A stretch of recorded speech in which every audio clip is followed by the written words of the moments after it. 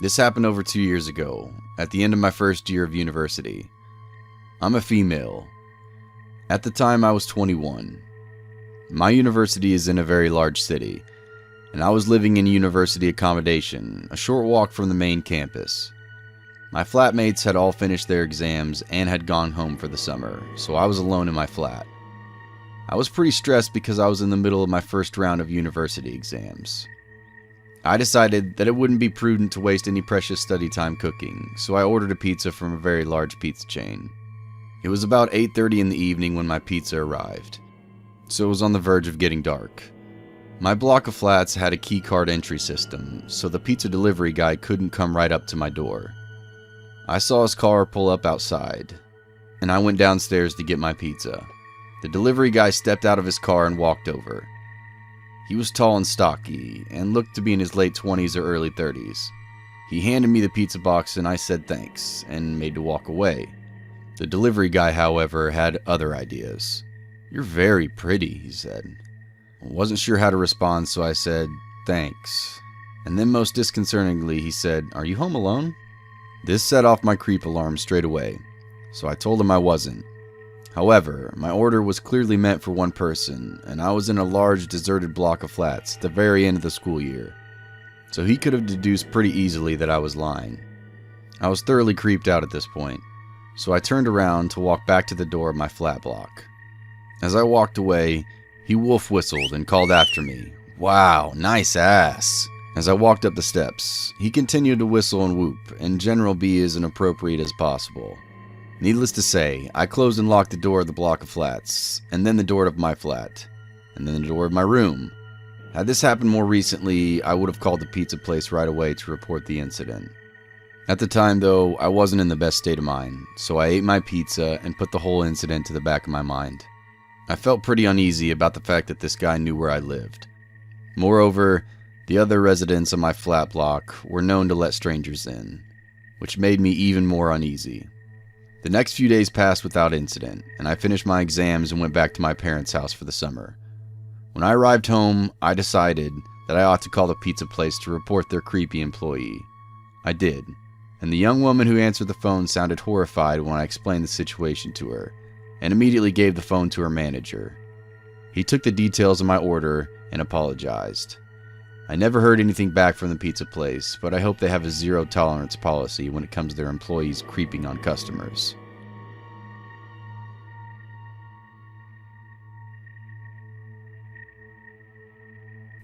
It's a lot of people's favorite sound, the banging on the front door letting you know that the pizza has finally arrived. There's something about hot delivered pizza that really ties a bow on any evening, especially when it accompanies a movie in a blanket. I jogged over to the door and grabbed the cash off the counter that I'd already laid out. I opened the door and couldn't help but be taken aback. The disheveled, skinny pizza delivery man was not a welcoming sight as they normally would be. His unkempt hair and obviously dirty clothes gave me an immediate feeling of uneasiness. The acne and sores dotting his pale face, and arms resembled the pizza I was previously so hungry for. I caught myself wearing a distasteful scowl as I stared at the man's pale face. "Oh," I said, after a few awkward and silent moments. "Here." I held out my hand with the 2 bills in it. The delivery man didn't immediately react to my offering of the money. He didn't do anything but continue to stare. His gaze was almost one that was looking through me. He seemed like he didn't notice me or my outstretched hand. I attempted to wave my hand a bit higher to pass in front of his lifeless eyes. He still had no reaction. My uneasiness quickly turned to dread. He had not moved the entire time. He just kept standing there, staring blankly. He didn't even look like he was breathing. Finally, his eyes darted towards my hand. I couldn't tell whether he was looking at the cash or the wedding ring on my hand. I was happy that the ring signified to the man that I had a husband, but his appearance made it easy for me to peg him as an addict of some kind. The foul stench emanating from his body added to my worry. I waved my hand again and cleared my throat. I was about to slip back into the house without any exchange when he finally began to opening up the warming bag. I felt slightly less uncomfortable for that moment. As he reached in the bag, he said in a very quiet voice, "Are you all alone out here?" I tried my best not to seem frightened by his demeanor or his question. I quickly answered, "Oh my gosh, no, I live with my husband." The man had the pizza halfway out of the warming bag when he stopped and immediately followed my response with another question. "Is he here now?" It was at this point my fear mixed in with a slight dose of panic. My thoughts began to race of what might happen next. Why was I in this situation? Am I really about to be raped? Maybe killed? "Yes, of course he's here," I said. I felt my face begin to flush. I was a terrible liar under normal circumstances, and I know what I just said sounded extremely unconvincing. The dim porch light revealed a slight smirk on the man's face. The odd smile told me that he didn't believe me and that he was fully aware of how terrified I was. I opened my hand to show that I was trying to give him the money. "Please," I said. I must have sounded so pathetic when I said that. It was almost as if I was begging for him not to hurt me. He gave a small laugh through his nose and pulled the pizza the rest of the way out of the bag. I grabbed the box, dropped the money onto the ground without even waiting for him to grab it. I slid the box in the house and closed the door, locking it immediately. My heart was pounding and I was breathing heavily. I was really glad to have that door closed. I stood at the door listening for him to walk away. After a minute, it was obvious that he hadn't even taken a single step. He was still standing in that exact spot. We were both standing mere 2 feet from one another, only separated by a door. I knew that he could tell that I also hadn't moved. For what seemed like an eternity, I actually finally heard him walk away from the door, down the 2 wooden steps, and onto the walkway. I sighed in relief. My heart was still pounding, but I had calmed down immensely. I walked over to the living room and set the pizza on the coffee table. I sat back on the couch and I was no longer hungry.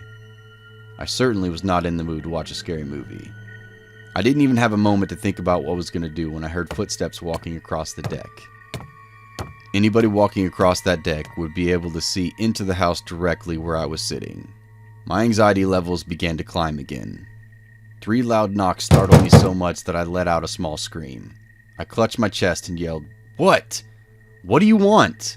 The aggressive manner of the knocking scared the hell out of me. The person outside the door was well aware that I was sitting in the same room. He didn't need to knock that loud. I yelled again in a trembly voice. "What? What do you want?" You forgot your drink, your single drink." He spoke as if his mouth was pressed to the crack of the door. "Honey," I yelled in an awful attempt to scare him off. "Can you get the door, babe?" Again, I was immediately reminded of how bad of a liar I was. The acting job would have not convinced anybody. "Just leave it at the doorstep," I yelled. My voice cracked as I said that, and I began to cry. "Please, just go," I cried out. I was trying to hold my breath and listen to what he was doing. He finally walked off the deck again. I sat there trying to be quiet as possible, hoping I would hear him drive away. I hated that he could see me. He could see exactly where I was sitting, and that I was crying. I was trembling and I was afraid to move. All I could do was wait. So I waited. After almost 5 agonizing minutes, I finally heard his car start, and I gasped in relief. I still didn't want to get up and look out the window. I didn't want that man looking at me anymore. I just wanted him gone. I could hear the car still in the driveway. It was just sitting idle. The man was not leaving. He was just sitting there. The quick sense of relief that I had felt had now vanished. Again, I was right back in the grip of fear. I wanted to call the police. There were 2 phones in the house. The closest one was in the kitchen just to my right. He would be able to see me if I went in there. He would be able to watch my every move. The other phone was upstairs in our bedroom. I spent the next minute mustering up any kind of courage to get off the couch and run up to the bedroom. It was on the opposite side of the house, and I feared not being able to hear the man or his whereabouts. It was when he started revving the engine in his car that I sprang up from the couch and ran up the stairs. I ran down the hall and into my bedroom, slammed and locked my door. I picked up the phone and dialed 911. 911, what is your emergency? Yeah, I need help. There's a man here. He won't leave. Are you hurt, ma'am? Is this man hurting you? No, he won't leave. He's sitting in my driveway in his vehicle. Is this your husband or a boyfriend? No, he's a pizza delivery man. There's something wrong with him. A pizza delivery man? What's wrong with him? Has he hurt you? Do you need an ambulance? No, listen to me. This guy, he's strange. There's something wrong with him. He won't leave me alone. Has this man threatened you? No, he's just creepy. He keeps asking me strange questions and he won't leave. I would like you to send an officer, please. Okay, ma'am. We're dispatching an officer to your location. I'm showing 2356 Walker Road. Yes, that's it. Please hurry. The operator started to say something, but my attention was stolen when I heard something. It sounded as if there was someone in my house. I froze. I was too scared to even speak into the receiver of the phone. I placed my thumb over the phone speaker so I could listen more intently. I held my breath and tried to pinpoint any disturbance in the silence. After a few long minutes of not hearing anything, I checked the phone to find out the 911 operator had hung up. I slowly and quietly hung up the phone and walked toward the edge of my room to listen through the door. Nothing. Still nothing. I opened up the door and listened down the hallway. Still nothing. I walked across the hall into the adjacent room. I looked out the window into the driveway and was relieved to see that the headlights were gone. I let out another long breath of relief. Although a lot of my anxiety had been slightly lifted, I was still on edge and weary of the whole situation. I was glad to know a police officer was on the way. I walked back down the stairs and into the living room. The smell of pizza had overtaken the room and reminded me of my original plan. Normally, it would have been a pleasant smell, but it only reminded me of that disgusting man and his bloody, blotchy skin. I sat back down on the couch and decided to wait for the police officer to arrive. Not a few seconds had passed when I heard the door handle trying to turn. I hadn't heard anybody walking on the deck, and I certainly didn't hear any cars pull into the driveway. I jumped up with my heart pounding again, and I slowly walked over to the wall and flicked off the lights. Now that the interior lights were off, I could see it out into the front. To my horror, I could see that the man's car was still parked in the driveway. I had mistook his headlights being off for the car not being there. 3 bone-shaking knocks sounded as I made me yell. "Who is it? What do you want?" 3 more aggressive knocks echoed through the house. My heart felt like it was going to leap out of my chest. The man began to knock on the door in a steady beat, seeming to get louder and louder with each hit.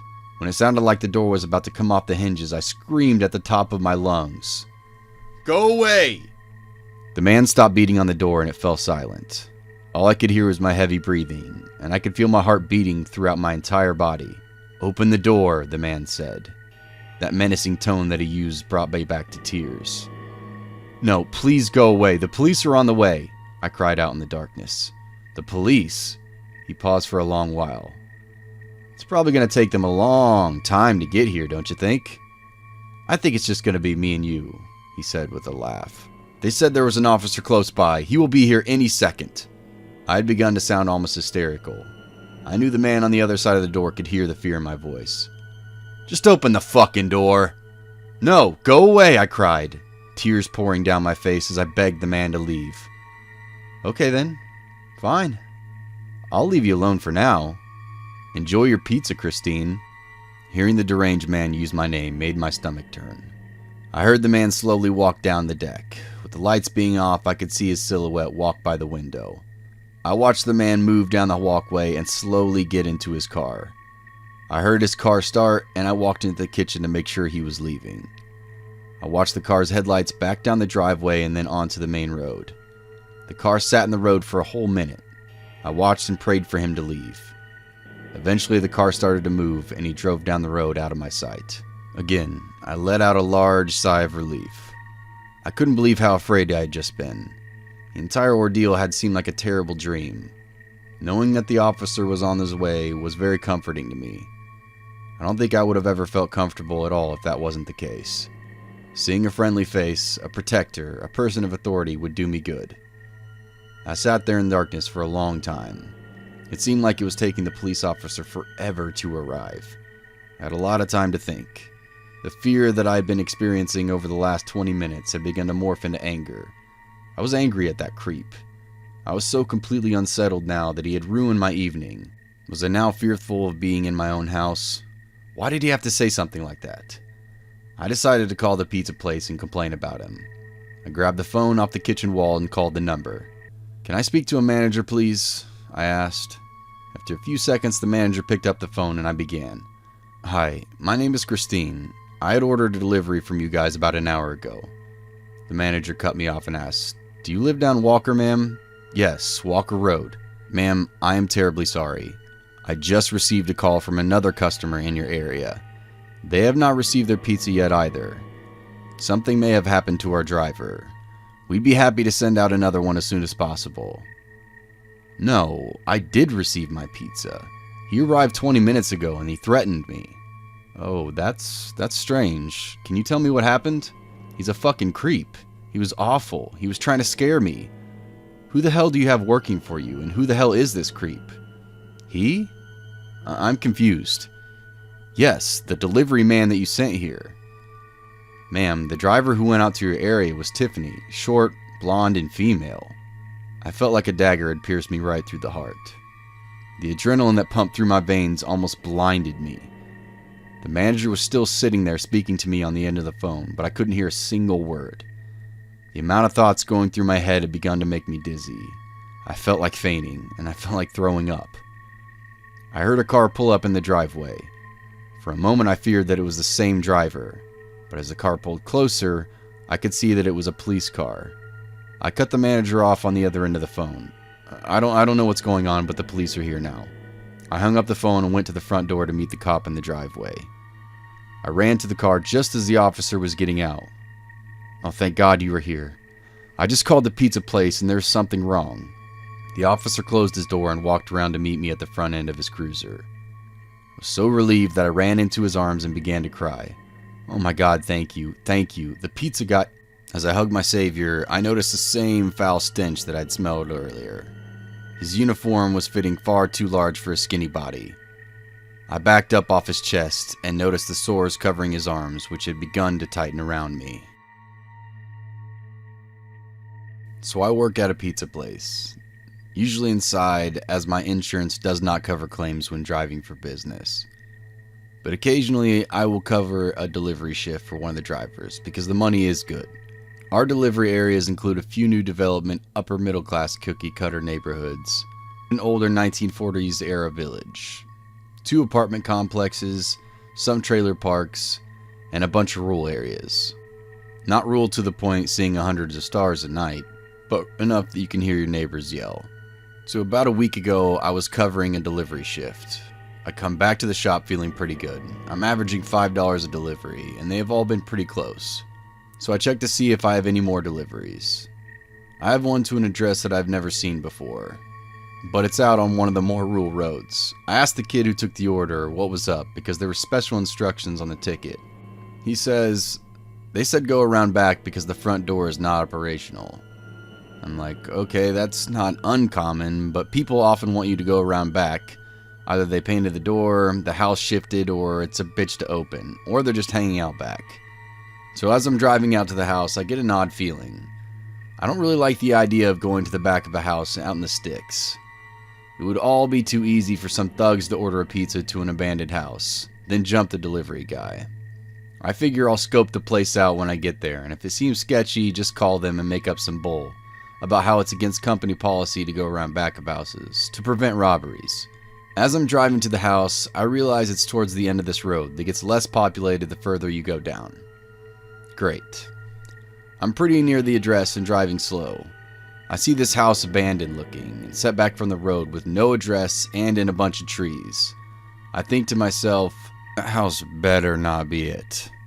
So I drive past and check the next houses, addresses, and lo and behold, that abandoned looking one was the right house. Shit. At this point, I'm not super worried though, because out in the boonies, the standards of upkeep on your house are pretty low, so a house in disrepair isn't unusual. So I double back to this house, pull into the driveway, and at this point I am getting bad vibes. It just doesn't feel right. So I park my car at the very end of the driveway, with the rear of the car on the shoulder so anyone passing can clearly see it. At this point, I call back to the shop and tell them I'm at this sketchy house, and if I don't call back in 4 or 5 minutes, call me, and if I don't answer, call the cops. While I'm on the phone, I take this chance to take a good look at the house. It looks extremely abandoned, not just in disrepair. The driveway is crumbling, bits of gravel, and there are weeds growing out of it. There is no mailbox, no trash cans, no car, No lawnmowers, no landscaping, no kids' toys. Absolutely nothing in the yard. The yard hasn't been mowed in what looks like years. The house is total shit. The roof is all but falling off. The siding is falling apart. The back deck, which normally comes around to the side, is falling apart. The only part of the house that look even a little bit decent is the alleged non-functioning front door. The windows are all shut as well. Keep in mind it's 95 degrees and humid. And this place clearly doesn't have any air conditioning. All the blinds as well as the curtains are shut. The few that aren't are actually boarded up. And I don't even see any wiring running to this house. It's not dark, but it's dusk, and there is no sign of any lights on in the house as well. At this point, I'm starting to get pretty nervous. I am 5'10", male, and 180 pounds. Not in that great shape, but I did take karate for around 10 years, so I'm not completely helpless. But I do try to avoid any sort of confrontation, as I am mostly a pacifist. I'm not too concerned about getting robbed. No skin off my teeth, it's not my money. I mean, I would rather not get robbed, but I'm mostly worried about getting jumped or killed. It's a fairly safe area, but recently there have been some rather unsavory people moving in from the city. A big spike of home invasions, robberies, but more worrying, a few stabbings and assaults. So it's time to either nut up or shut up. I was just gonna go charging in there like a fool, so I get my phone out and call the number they gave me when ordering. While I'm doing that, I'm also getting the pizza out to make sure to leave my door open. A running car halfway down the road at an abandoned house with the door open looks suspicious, right? I figure if shit goes down, it might look out of place enough to make someone stop. Not that there really is any traffic down this road. I'm starting to walk up to the house when the phone rings. It rings twice, and then an automated message comes on. It said something along the lines of, "This number is associated with an internet texting app." I think it was Haywire. We have had issues with people using numbers from those services for pranks in the past. This is a huge red flag. My heart is now pounding in my throat. My whole body is telling me to bail. I don't want to get a reputation for being a flaky bitch-ass driver and lose any future delivery shifts. That is why I hadn't bailed yet. So I'm just standing there holding a pizza, looking at this house, but not wanting to venture around the back of it. I'm hoping that the resident will look out the window and come out by the road to get their food. So I'm looking at the front windows, checking for some sign of life. I see a blind go up on one window next to the front door, and a really creepy looking guy with a hat pulled low and big sunglasses on is looking out. Remember, he is in a completely dark house surrounded by trees at dusk. There's absolutely no reason for him to be wearing sunglasses. I also see what appears to be a big guy standing with him in the room. This could have been anything though. When he sees me looking at him, he mouths something and he darts away, presumably towards the allegedly broken front door. At this point, I nope the fuck out. I had stayed pretty close to my car, so it was only a few steps away, so I jumped into the driver's seat and threw the pizza into my passenger seat. Something I normally would never do, since I'm really anal about keeping my car clean. I slam it into reverse before I get the clutch all the way in, so I grind my gears a little. Again, something I never do. Without looking, I simultaneously slam and lock my door, and floor it backwards onto the main road. Slipping my clutch horribly at this point, but I don't care. I don't want to fuck around and risk a stall. I didn't even check for cross traffic. I start to drive away and look back at the house. The screen door on the outside of the front door is now open, but the front is still shut. The guy isn't out in the yard yelling, "Wait, come back," or anything. He's just gone. So I pull over a little ways up the road to call back to the shop and tell them I'm all good, and I'll elaborate when I get back. The people never call back to inquire about their food. People usually call if their pizza is 15 minutes late, and these people never got it, so it's really strange that they didn't call. Pretty much confirming that they were up to no good. After telling my co-workers about it, we conclude it was definitely a robbery at the very least. So we put the address and phone number on our no deliveries list, and ate their pizza. I doubt I would have actually gotten murdered or anything. Robbed with maybe a gun, pulled or a little roughing up, yes, but it was still very unnerving. I could have easily gotten into some serious trouble just by doing my job. Especially if the idiots picked a slightly less abandoned house to set up at. Sorry for the relatively minor incident being so long, but hey, I like to write even if I'm not good at it. Anyone who delivers pizza, be wary of situations like this. I looked into it, and apparently it's a pretty common way to rob pizza guys. I'm pretty glad we did not end up meeting.